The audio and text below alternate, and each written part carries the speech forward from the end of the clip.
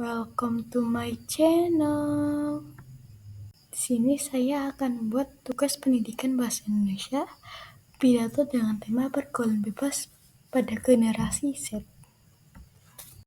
Assalamualaikum warahmatullahi wabarakatuh. Alhamdulillahirabbil wabihi nasta'in. Wa ala umuri dunya waddin. Wassalatu wassalamu ala asyrofil anbiya wal mursalin wa ala alihi washabihi ajmain amma ba'du.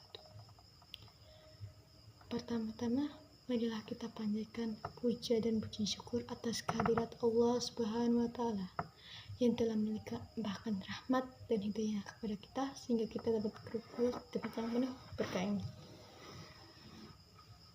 Salawat serta salam kita curahkan kepada junjungan Nabi Agung Nabi Muhammad Sallallahu Alaihi Wasallam yang telah menghantarkan kita dari zaman jahiliyah menuju zaman Islam yang seperti sekarang ini. Tidak lupa hadirin yang saya hormati dan saya cintai. Di sini saya akan menyampaikan pidato yang berjudul Pergaulan Bebas. Pergaulan bebas pada generasi muda atau kita sebut sekarang generasi Z. Ada beberapa definisi pergaulan bebas. Pergaulan bebas adalah perilaku sosial yang tidak terikat oleh norma. Adalah nilai tradisional, seringkali melibatkan hubungan intim sebelum menikah, konsumsi alkohol, dan kegiatan lain yang beresiko. Dampak negatif. Dampak negatif 1. Meningkatkan risiko penyakit menular seksual, mungkin seperti HIV. 2. Membuat kehamilan tidak terencana. 3. Mengurangi kesadaran moral dan spiritual. 3. Mempengaruhi kesehatan mental dan emosional. Penyebab pergaulan bebas.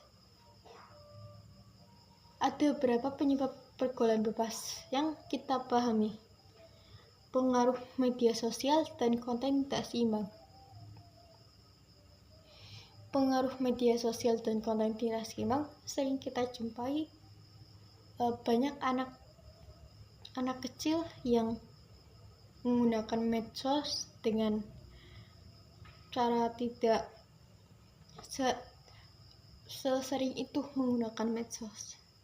Apalagi zaman kita yang generasi muda harus lebih memilih konten seperti apa yang harus kita tonton, karena itu berbahaya bagi diri kita sendiri dan akan kedepannya diri kita seperti apa. Yang kedua, ada kurangnya penguasaan orang tua dan pendidikan karakter. Penguasaan orang tua bisa berarti mungkin orang tuanya terlalu sibuk memikirkan kerjaan hingga lupa pada anaknya yang sudah remaja, yang membutuhkan kasih sayang, membutuhkan perhatian seperti itu. Yang ketiga, ada pendidikan karakter. Pendidikan karakter bisa juga dimulai dari kecil. Kita dididik karakternya untuk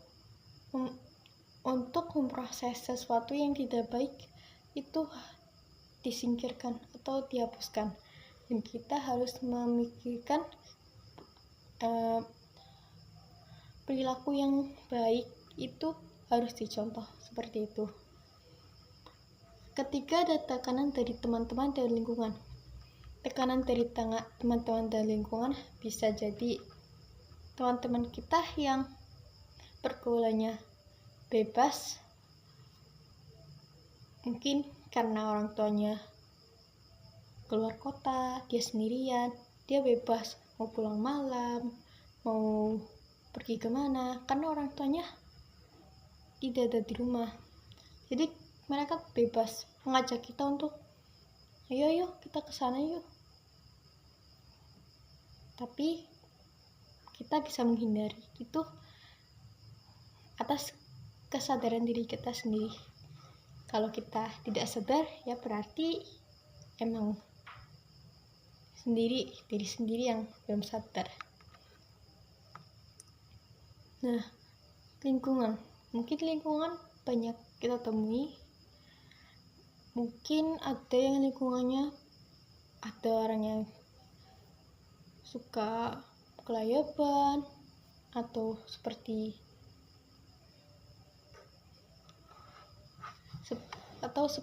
yang lain-lain.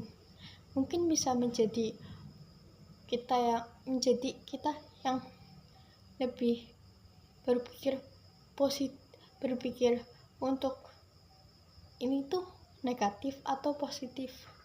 Kalau negatif, kita jauhkan dari lingkungan itu, lebih baik kita menuju ke kegiatan yang positif, dan lebih baik kita menghindar atau kita malah pindah dari daerah seperti itu.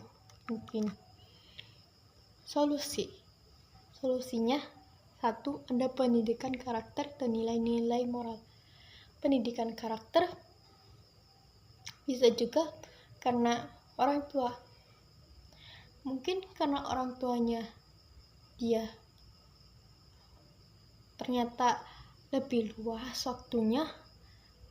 Nah, ketika dia sadar waktunya cuma sedikit untuk anaknya, dia akan lebih luas waktunya untuk meluaskan waktunya untuk anaknya. Contohnya, ibunya bekerja, dia ingin memanfaatkan waktu untuk anaknya.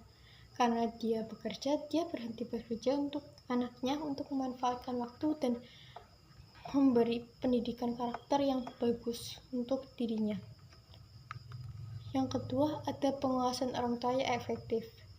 Pengasuhan orang tua yang efektif bisa terjadi mungkin karena salah satu dari mereka terlalu fokus bekerja atau dua-duanya. Nah, itu salah satunya. Yang keempat, ada membangun kesadaran akan resiko pergaulan bebas. Harus ada kesadaran diri kita sendiri, yang kita akan sadar bahwa pergaulan bebas tuh apa sih fungsinya. Kadang kita kurang sadar karena akan itu. Harusnya kita sadar bahwa pergaulan bebas harusnya dijauhi. Ya, mungkin pergaulan antar teman yang positif, bukan yang negatif itu. Dan saya hanya ingin menyimpulkan, jadi marilah kita bersama-sama mengambil langkah untuk mencegah pergaulan bebas dengan nilai-nilai positif, ya seperti hobi kita olahraga, atau kita suka membaca atau menulis, lebih dikembangkan lagi untuk menjadi prestasi yang unggul. Kita harus menjadi generasi muda yang perubahan dan inspirasi bagi generasi muda seterusnya, untuk adik-adik kita seterusnya. Terima kasih atas perhatiannya. Wabillahi taufiq wal hidayah. Wassalamualaikum warahmatullahi wabarakatuh.